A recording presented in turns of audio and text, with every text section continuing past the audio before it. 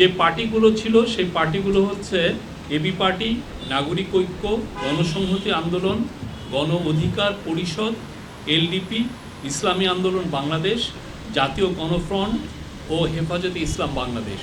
তারা আসলে কি এই ডিসকাশন করেছে অলরেডি আমার ধারণা যে তারা আপনাদের সাথে সেটা অলরেডি শেয়ার করেছে এখানে। তো আমি চিফ অ্যাডভাইজার যা বললেন সেটা আবারও আমি আপনাদেরকে জানাচ্ছি। প্রধান উপদেষ্টা বৈঠকে সুস্পষ্টভাবে বলেছেন নির্বাচন ফেব্রুয়ারি মানে 2026-এর ফেব্রুয়ারির প্রথমার্ধেই অনুষ্ঠিত হবে। সুষ্ঠু ও উৎসবমুখর নির্বাচনের জন্য রাজনৈতিক দলগুলোর কাছে তিনি পরামর্শ চেয়েছিলেন মিটিংয়ে। তিনি বলেছেন, এটা তার কোট, আপনি লিখতে পারেন কোট হিসেবে, আনন্দ ও উৎসবমুখর পরিবেশে নির্বাচন হবে। জীবনে কখনো ভোট দিতে পারেনি তাদের জন্য এই নির্বাচন ভালো অভিজ্ঞতা দিতে হবে। যারা ভোট দিতে গিয়ে তিক্ত অভিজ্ঞতার সম্মুখীন হয়েছেন পূর্বে, তাদেরও ভালো অভিজ্ঞতা দিতে হবে। কেউ যেন বলতে না পারে যে আমাকে ভোট দিতে দেওয়া হয়নি। যারা অন্তর্বর্তীকালীন সরকারকে নির্বাচন পর্যন্ত পৌঁছাতে দিতে চায় না, তারা যত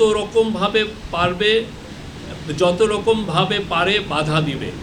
বাংলাদেশের সত্তাকে গড়ে তুলতে তারা বাধা দিবে। তারা সর্বোচ্চ চেষ্টা করবে নির্বাচন বানচাল করার।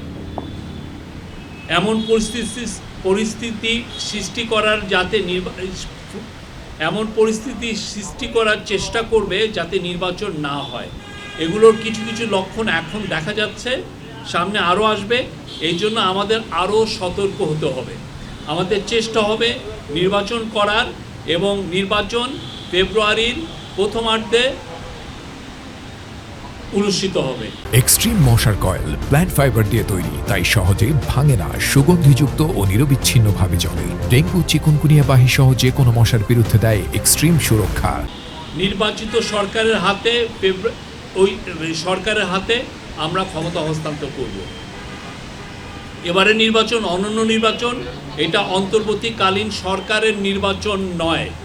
এটা এদেশের সকল মানুষের, সকল রাজনৈতিক দলের নির্বাচন। এই নির্বাচনের আকাঙ্ক্ষা হলো ভবিষ্যতের বাংলাদেশ নির্মাণের।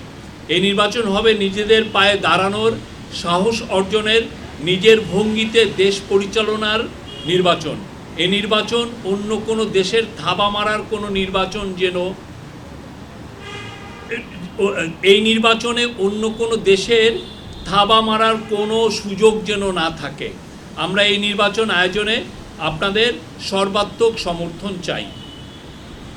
উনি আবার বলেছেন, প্রতি পদে পদে বাধা আসবে, সবার মনে দ্বন্দ্ব তৈরি করার চেষ্টা করবে। আমরা যেন সঠিক থাকি, স্থির থাকি, সবাই একসাথে সহযোগিতা করি। এই ছিল ওনার বক্তব্য। আর উনি দুর্গাপূজার বিষয়েও মিটিংয়ে বলা হয়েছে যে সামনে দুর্গাপূজায় আমাদের সবার দায়িত্ব হলো শান্তিপূর্ণ পরিবেশ নিশ্চিত করা। অনেক গণ্ডগোল করতে চাইবে অনেকে, তারা সব রকমের চেষ্টা করবে। এ বিষয়ে সবাইকে সতর্ক থাকার আহ্বান জানিয়েছেন। এবং দুর্গাপূজা গত বছর আপনারা দেখেছেন, এবারও উৎসবমুখর পরিবেশে শান্তিপূর্ণভাবে সারা দেশে উদযাপিত হবে। আর একটু মিটিং শেষে নুরুল হক নূরের ওয়াইফ মারিয়া আক্তার, নূরের দুইজন সহকর্মী রাশেদ খান এবং হাসান আল মামুন আমাদের চিফ অ্যাডভাইজারের সাথে দেখা করেন।